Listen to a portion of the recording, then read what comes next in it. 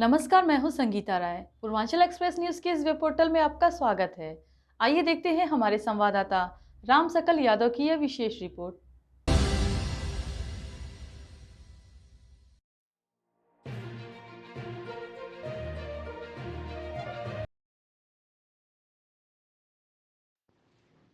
आजमगढ़ जिला मुख्यालय में स्थित नेहरू हॉल में गुरुवार को शिक्षक नेता व एमएलसी रहे स्वर्गीय पंचानन राय की 82वीं जयंती पर स्मृति समारोह का आयोजन किया गया।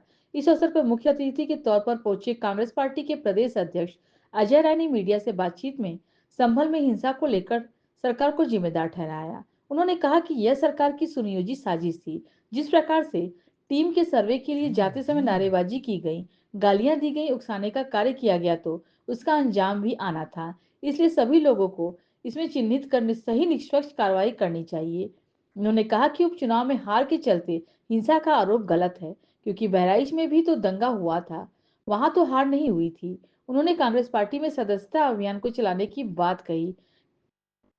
वहीं आने वाले 2027 के चुनाव में जीत का दम भी भरा। इस अवसर पर कार्यक्रम में विशिष्ट अतिथि कुलपति अमरीक सिंह समेत अन्य शिक्षक नेता व वरिष्ठ शिक्षकगण मौजूद रहे। कार्यक्रम के दौरान पहुंची कांग्रेस प्रदेश अध्यक्ष अजय राय ने सबसे पहले पंचानन राय के चित्र पर माला चढ़ाकर श्रद्धांजलि देते हुए कहा कि स्वर्गीय पंचानन राय ने शिक्षकों के हित के लिए काम किया, शिक्षा और शिक्षकों के स्तर को बढ़ाने के लिए लगातार काम करते रहे।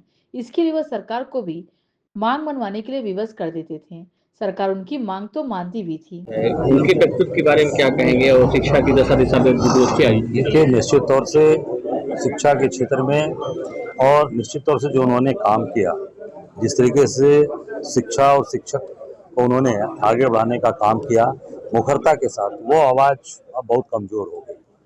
उनके रहते मैं समझता हूँ कि शिक्षा का स्तर बहुत ऊंचा था और कोई भी बात पूरे प्रदेश के अंदर होती थी उसको निश्चित वो उठाते थे और वो मनवाते थे सरकार से। सरकार की व्यवस्था हो जाती थी कि पंचानन राय जी ने अगर कोई बात उठाई है तो उस बात को सरकार को मानना विवश हो जाती थी सरकार।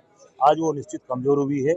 हम सब लोग यही प्रयास करेंगे कि उनके स्थान पर आगे लोग बढ़ें, आगे उनके दिखाए हुए रास्ते पे चलें और निश्चित आज उनकी जयंती है। हम सब लोग अपने श्रद्धा सुमन अर्पित करते हैं। सर, जो संभल की हिंसा हुई उसके लिए किसे आप जिम्मेदार ठहराते हैं, जो कि सरकार ने सांसद और विधायक को भी आरोपी बनाया? देखिए, उसमें मैं इतना कहना चाहूँगा कि जो शुरुआत जब पूरी की पूरी वो सर्वे टीम करने वहाँ जा रही थी, उसमें जो नारे लगे, उसमें जो गालियाँ दी गई, मैं समझता हूँ कि उस पर भी प्रभावी कार्रवाई करनी चाहिए ताकि जब आप उकसाएंगे किसी को तो निश्चित तौर से उसका अंजाम तो आगे आएगा। मैं इतना ही कहना चाहूँगा कि जो उकसाने वाले लोग थे उनको चिन्हित किया जाए, उनके ऊपर भी कार्रवाई किया जाए। जो लोग ऐसी इन घटनाओं में शामिल हैं उनके ऊपर कार्रवाई। भाजपा कह रही है कि जो उपचुनाव में हार मिली है उसी से हार का बदला लेने के लिए नहीं, देखिए, मैं इतना ही कहना चाहूँगा कि भारतीय जनता पार्टी बहराइच में भी तो यही हुआ। बहराइच में कौन सा हार हुआ था? बहराइच में कैसे दंगा हुआ? ये उससे नहीं जोड़ना चाहिए। ये पूरी तरीके से सरकार की फेल्यूर है, गवर्नमेंट फेल है और सरकार पूरी तरीके से इसमें सुनियोजित तरीके से ये काम कराएगी। सरकार ये भी कह रही है कि जो पीढ़े की हवा निकल गई उपचुनाव में। देखिए, सरकार फेल है, गवर्नमेंट फेल है और सरकार ने जानबूझ के ये योजनाबद्ध तरीके से सब घटनाओं का अंजाम दे रही है। जो बटेंगे कटेंगे योगी जी का नारा था, क्या उसका कोई असर रहा? कोई, देखिए, वो सब चीज़ें आज जनता को रोटी कपड़ा मकान, आज पंचानन जी की कमी क्यों कर रही है? क्योंकि अब शिक्षा का स्तर गिरता जा रहा है। शिक्षक, अब नए शिक्षकों को कोई स्थान नहीं मिल रहा है। पढ़ाई कर करके बच्चे घूम रहे हैं, कहीं उनको काम नहीं मिल रहा है। तो जनता को रोटी कपड़ा और मकान की ज़रूरत है, आवश्यकता है।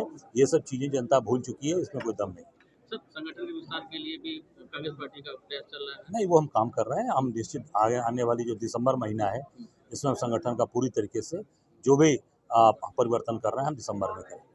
27 के चुनाव समाजवादी पार्टी के साथ निश्चित तौर से अभी हम ताकत के साथ काम कर रहे हैं। 27 में हमारी सरकार बनेगी।